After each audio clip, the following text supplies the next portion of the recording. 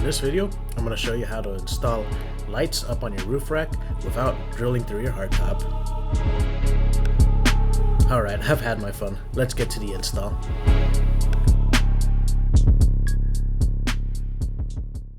Alright, hey everyone. Going to be doing a quick install video showing you how to run, wire from your engine bay up onto your roof rack.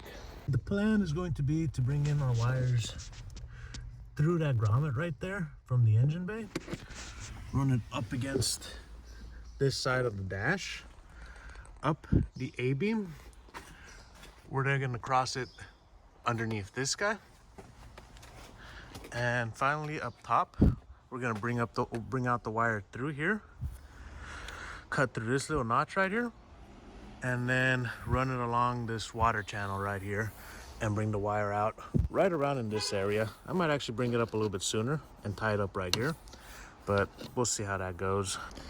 And I think this should also prevent any leaks, because we're primarily going to be running the wire through where water runs off anyways if it gets through.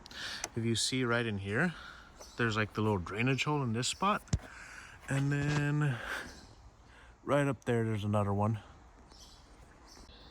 All right, first up, we're going to use a T20 Torx bit to get these two screws off and remove this plastic trim piece.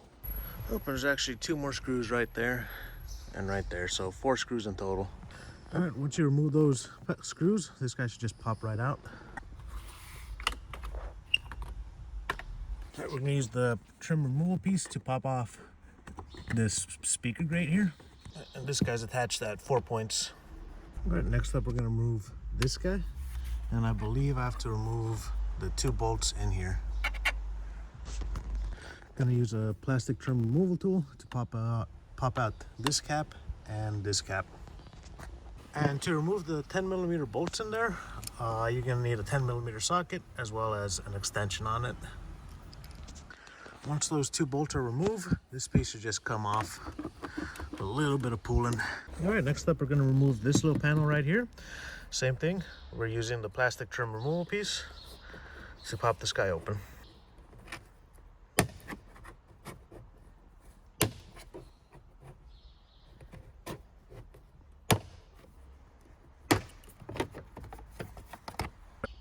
Now, I'm also going to remove this piece, which is where the door ties down to the body, and this just pulls forward and then out.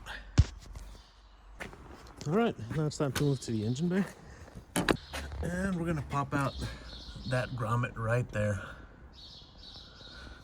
I'm going to be using some needle nose pliers for that. Now, for this part, I used a knife and a file to cut out a slot inside this grommet.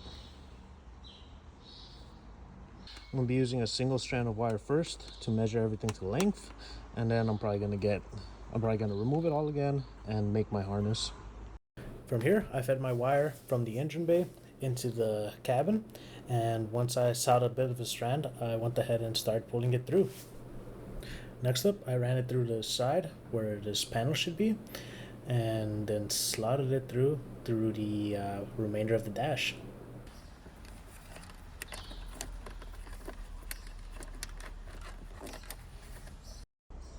Probably gonna get some zip ties just to secure it here for the meantime as we run it along this guy.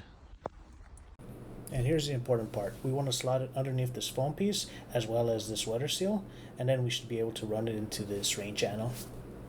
And in the engine bay, we're gonna run it through this gap right here, run it through this channel all the way to the other side where the battery's at.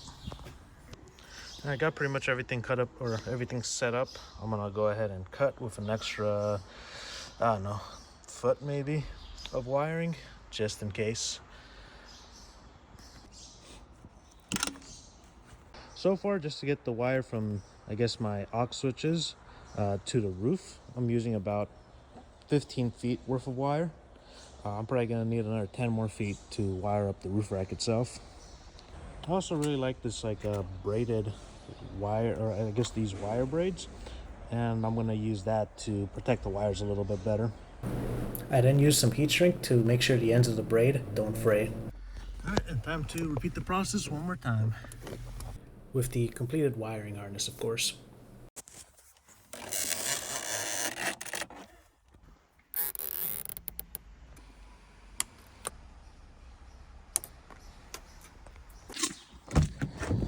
right, we got the wire all, I guess, routed. We got it zip tied. Once again, make sure that you run the wire through the bottom of this weather strip and up into this little channel right here.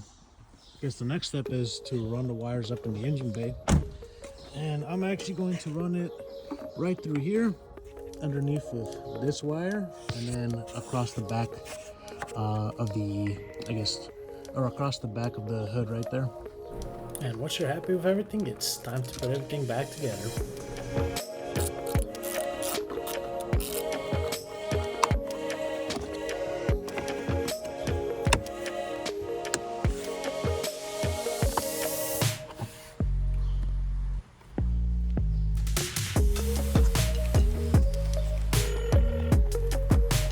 Alright, and just like that, here's the wire coming out.